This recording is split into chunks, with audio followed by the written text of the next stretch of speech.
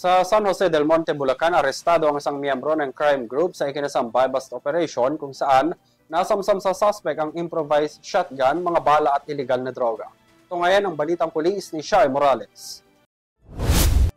Naaresto ng San Jose del Monte City Police Station o SJDM-CPS ang isang kilalang miyembro ng Saturnino Criminal Group sa ikinasang buy-bust operation pasado alas 2:30 ng madaling araw sa barangay Tungkong Mangga sa bayan ng San Jose del Monte, Bulacan. Nadakip ang suspect na si alias Potpot, isang 31 anyos na residente matapos mabilhan ng pulis na nagpanggap na poster buyer. Ayon sa ulat ng pulisya, kabilang ang suspect sa Copland Bilog target list at matagal nang minamanmanan ng kanilang unit.